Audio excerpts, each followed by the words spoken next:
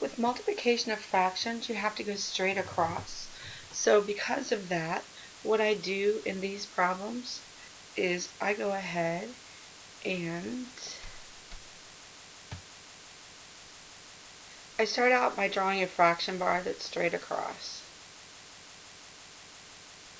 And then I take each one of these terms, because the fractions go straight across when you multiply. I just take each term and break it down. So 9 is the same as 3 times 3. I break it down all the way. And then I have a b. And 4 is the same as 2 times 2. And I have an a and a b.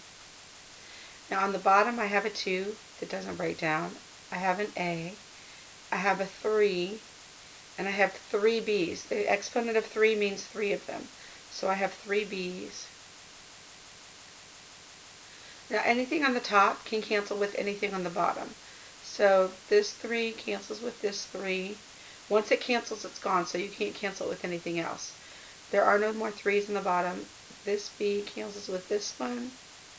I have a 2 that cancels with a 2, an a that cancels with an a, and a b that cancels with a b. Now, whatever's left is your answer. So on the top, I have 3 times 2, which is 6. And on the bottom, I just have a b left.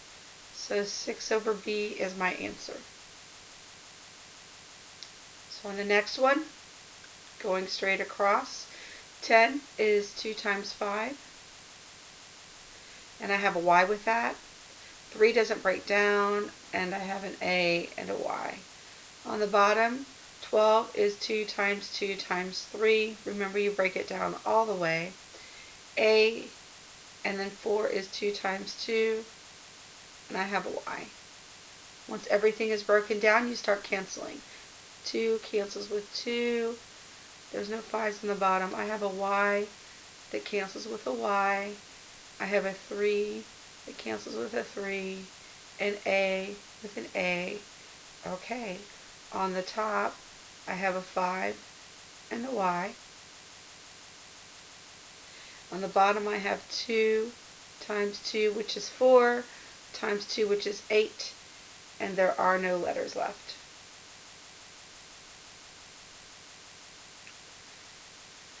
Okay.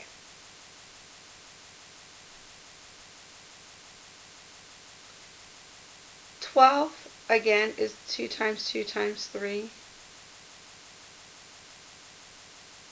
I've got 5 a's. If the exponent is any bigger than 5, I can show you how to deal with that later. And a 3 and a y. And then I've got 5 y's. 4 is 2 times 2, and I've got 4 a's. So a 2 cancels with a 2. This 2 cancels with a 2. I've got 4 a's on the bottom that cancels with 4 of the a's on the top.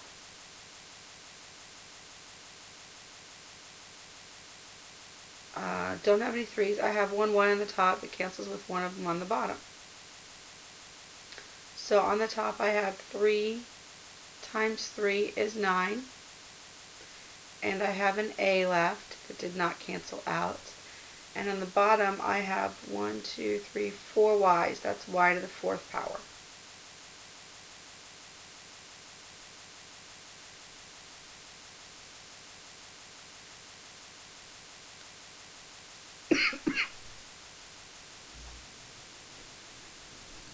Okay, on the next one, I have 2 and a b. And then 12 is 2 times 2 times 3. And I have an x. And 3 is just 3 and an x. 6 is 2 times 3. And I have a b and an x. 2 cancels with 2. B cancels with b. 3 cancels with 3. X cancels with x. So on the top I've got a 4. On the bottom I have a 3x. So 4 over 3x. Next one, 6 is 2 times 3, and I have a y. 10 is 2 times 5, and I have an x. On the bottom I have a 5, x, y. 8 is the same as 2 times 2 times 2, and I have a y.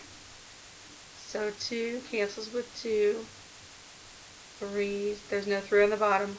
Y cancels with a y. Another 2 cancels with another 2. A 5 cancels with a 5. And an x cancels with an x. So on the top I have a 3 left over, and on the bottom I have 2y.